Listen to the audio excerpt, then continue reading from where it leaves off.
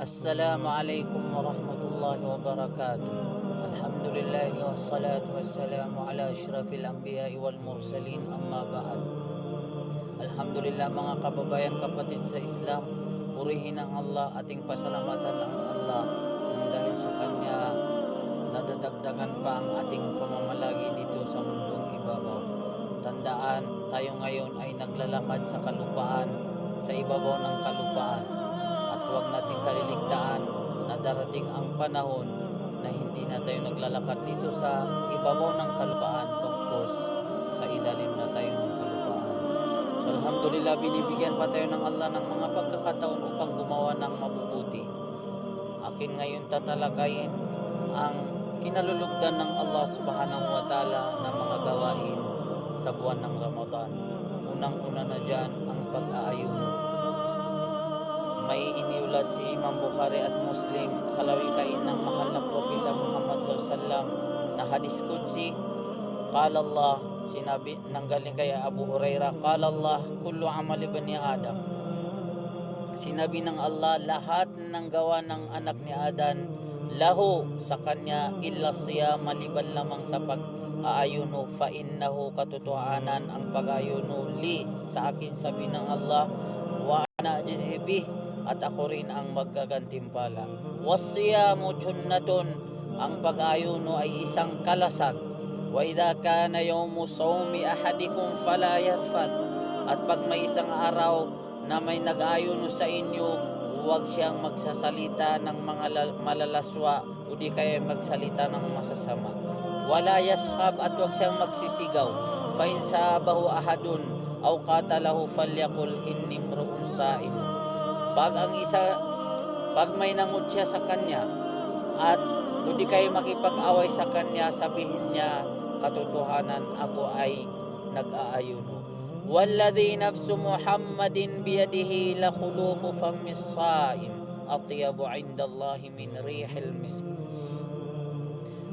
Sumpaman sa humahawak ng kaluluwa ni Muhammad, katotohanan, la khulufi fammis sa'im, katotohanan, ang amoy, ang singaw ng amoy ng isang nag-aayuno, atyabu, mas mabango para sa Allah subhanahu wa ta'ala kaysa pabango misk, pabango sa paraiso.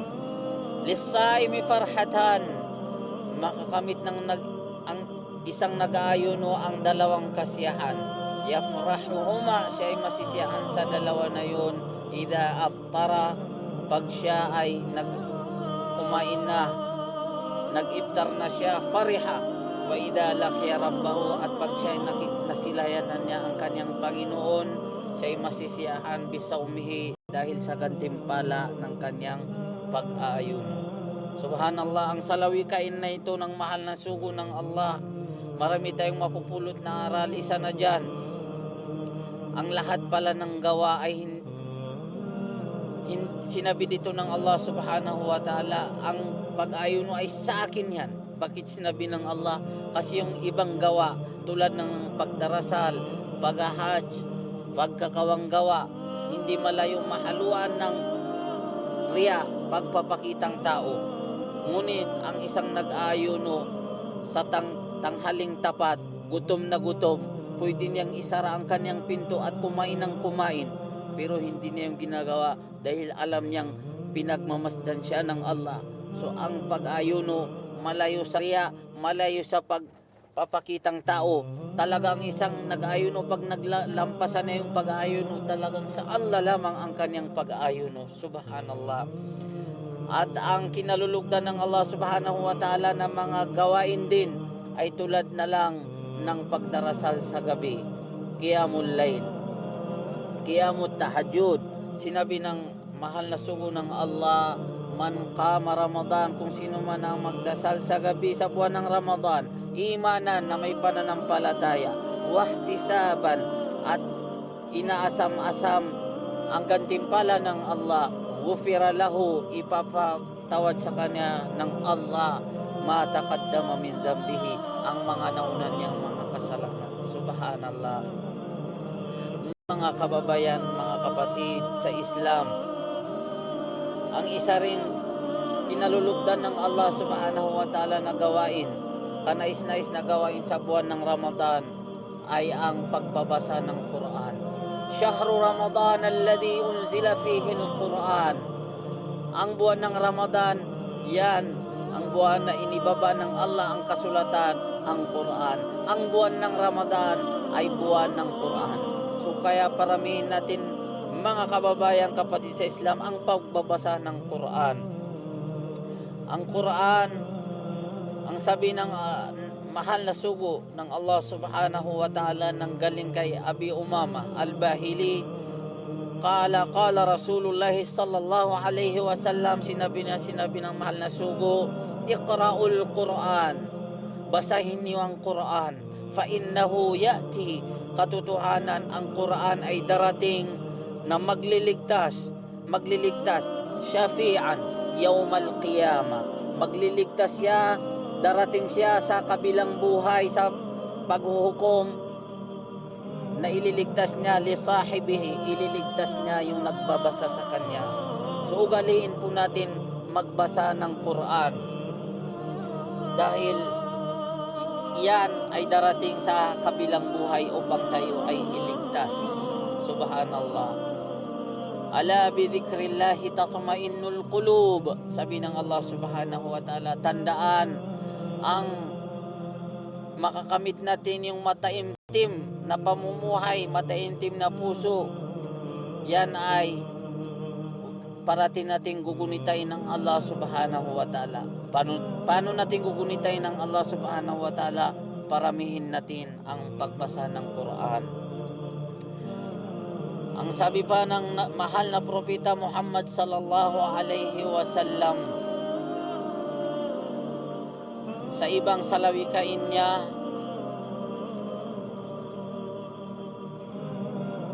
nang galing kay Abdullah ibn Mas'ud, sinabi ng mahal na sugo, man qara'a harfan, sino man magbasa, man qara'a harfan min kitabillahi falahu bihi hasana, sino man ang magbasa ng isang litra sa Quran, mapapasa ka na yung isang hasana.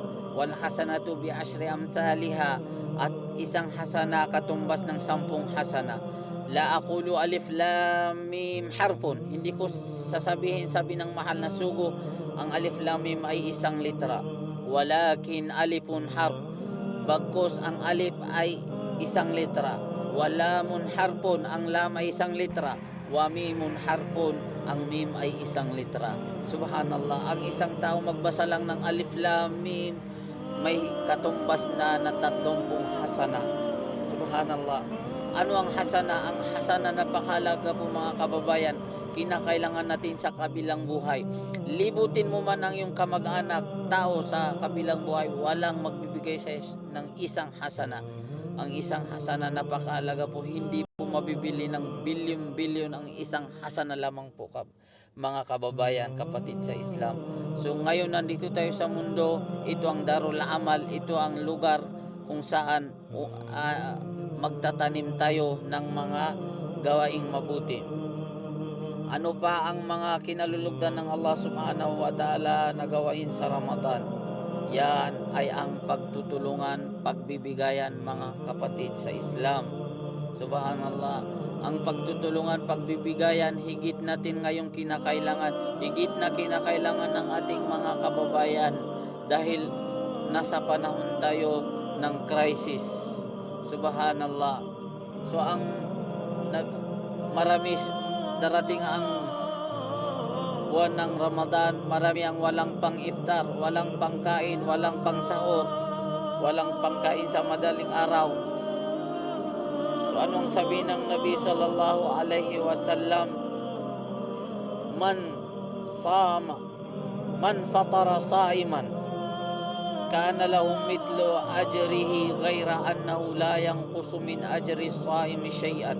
Sino man ang magpakain ng nag-aayuno, mapapasakan niya yung gantimpala tulad ng gantimpala na nag-ayuno na yon, min annahu la yanqusu min ajri saim syai'an. Hindi mababawasan ng gantimpala yung nag-ayuno na yon ni katiting. Subhanallah, mga kapatid. ito na po yung binigyan ng Allah subhanahu wa ta'ala ng biyaya. Tandaan, ang biyaya na yan ay amana lamang ng Allah sa atin. Huwag natin ipagdamot ang amana, ang pinagkaloob sa atin ng Allah subhanahu wa ta'ala. Magbigay rin po tayo. Ang Nabi sallallahu alaihi wasallam, pag dumating yung Ramadan, siya yung pinakamapagbigay. May salawikay ng mahal na sugo nang galing kay Abdullah bin Abbas radiyallahu anhuma.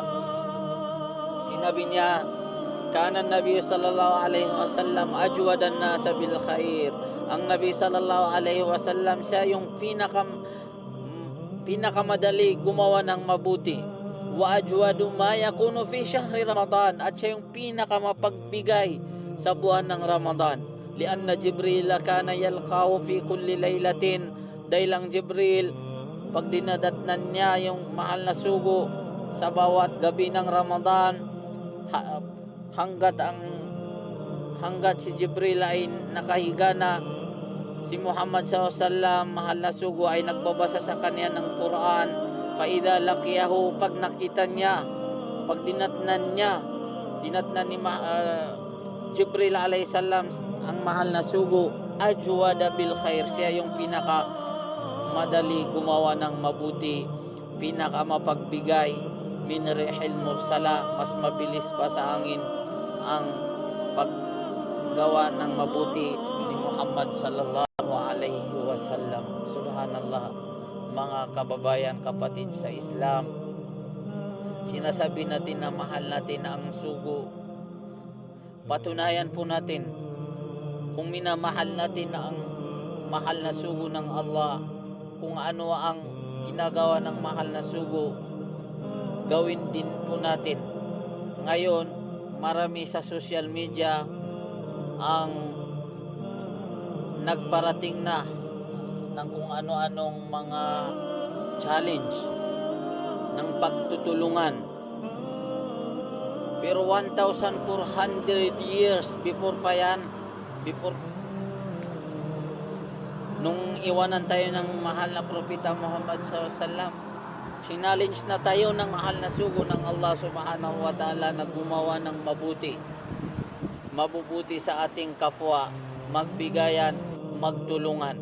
Ang sabi ng mahal na sugo ng Allah subhanahu wa ta'ala, wallahu fi auni al-abd ma kana al-abdu fi auni akhihi. Ang Allah subhanahu wa ta'ala mananatili niyang tutulungan ang kanyang alipin hanggat ang alipin na yon, ma kana al-abdu fi auni akhihi, hanggat ang alipin na yon ay tinutulungan niya yung kanyang kapatid. Subhanallah. Magtulungan po tayo, hindi tayo pababayaan ng Allah subhanahu wa ta'ala. Magbigay po tayo sa ating mga kayamanan, nakikita natin nababawasan, pero sa paningin ng Allah hindi yun mababawasan. Bagkus paparamihin ng Allah subhanahu wa ta'ala ang ating mga biyaya. Huwag tayong magdamot, mga kapatid. Ang madamot ay malayo sa mga tao at malapit sa impyerno. Ang mapagbigay ay malapit sa Allah, malapit sa mga tao, at malapit sa paraiso.